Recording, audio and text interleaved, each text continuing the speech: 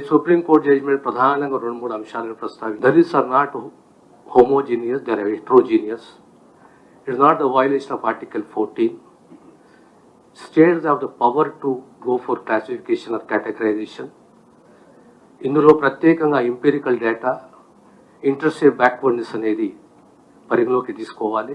దాని ఆధారంగా ఏ రాష్ట్రమైనా ఈ కేటగరైజేషన్ చేసుకోవచ్చు.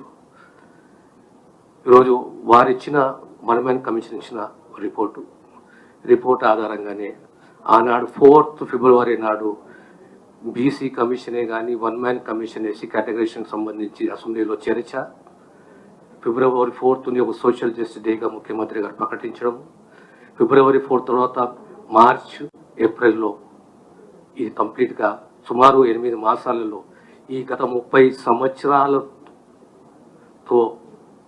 డిమాండ్ కాదు, ఒక కాన్సెప్టు, ఒక ఆవేదన, ఒక హక్కు గురించి ఏ వర్గాలు కలగన్నాయో, త్యాగాలు చేసినాయో వాళ్ళని గుర్తించి ఈరోజు కేటగరైజేషన్ తీసుకురావడం.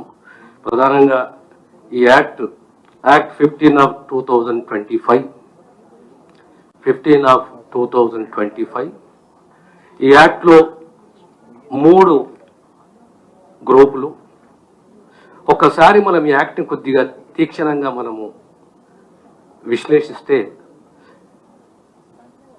గ్రూప్ ఏ 15 కులాలు, అదే రకంగా గ్రూప్ బి 18, గ్రూప్ సి 26. ప్రధానంగా ఇంపీరియల్ డేటా, ఇంటర్సేప్ బ్యాక్వర్డ్నెస్, ఏ కుల వృత్తి ఏమున్నది, ఏ రకంగా ఇంపీరియల్ డేటా ఆధారంగా ఎక్కడ ఏ స్టేజ్ లో ఉన్నారు, ఏ స్థానంలో ఉన్నారు అని ఎక్కడ కూర్చోబెట్టాలి. సో 171,000 మందితో కూడిన 15 కులాలకు సంబంధించి గ్రూప్ ఏ. వీళ్ళ జనాభా ప్రకారం 1% 3.48 3.5 lakhs అయితే ఇక్కడ 1.71% కు 5.5% వచ్చేది 1% ఇవ్వడం అంటే ఆ వెసులుబాటు, ఆ గ్రోత్కు అవకాశం కల్పించాలనే ఉద్దేశంతో purely it the concept which is based on empirical data and intercept backward.